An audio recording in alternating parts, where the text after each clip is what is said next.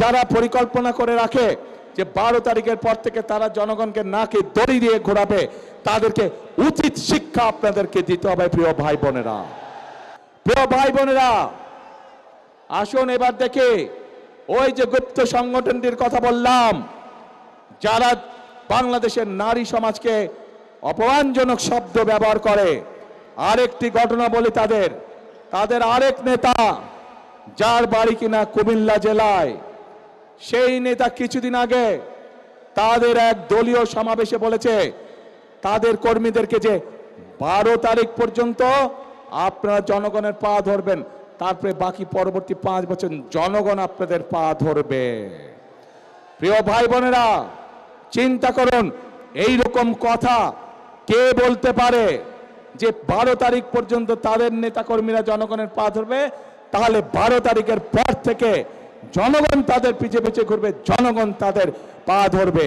এই কথা থেকে প্রমাণিত হয় কি তাদের মেন্টালিটি, কোন পর্যায়ের মানুষ হলে তারা জনগণকে নিয়ে এরকম তুচ্ছ তাচ্ছিল্য কথা তারা বলতে পারে।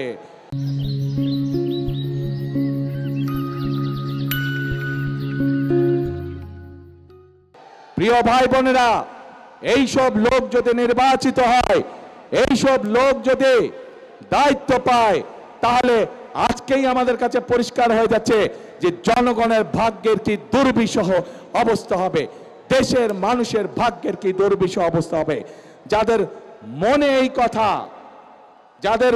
এই কথা এবং মনের কথাই বেরিয়ে এসছে তাদের বাস্তবে। কাজেই প্রিয় ভাই বোনেরা, এইসব গুপ্তদের বিরুদ্ধে আপনাদেরকে সতর্ক থাকতে হবে, সজাগ থাকতে হবে।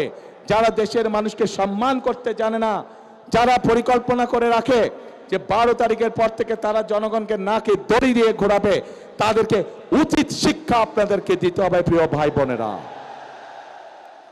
এইসব গুপ্তরা সেই 86 সাল 71 সাল ইতিহাস যদি দেখি আমরা, সব সময় যারা দেশ থেকে পালিয়ে গেছে তাদের সাথে সব সময় এপাশ নালে ওপাশ, মুদ্রার এপেট নালে ওপিট হিসেবেই তারা ছিল। কাজে তাদের কাছ থেকে দেশের মানুষ ভালো কোনো কিছু আশা করতে পারে না।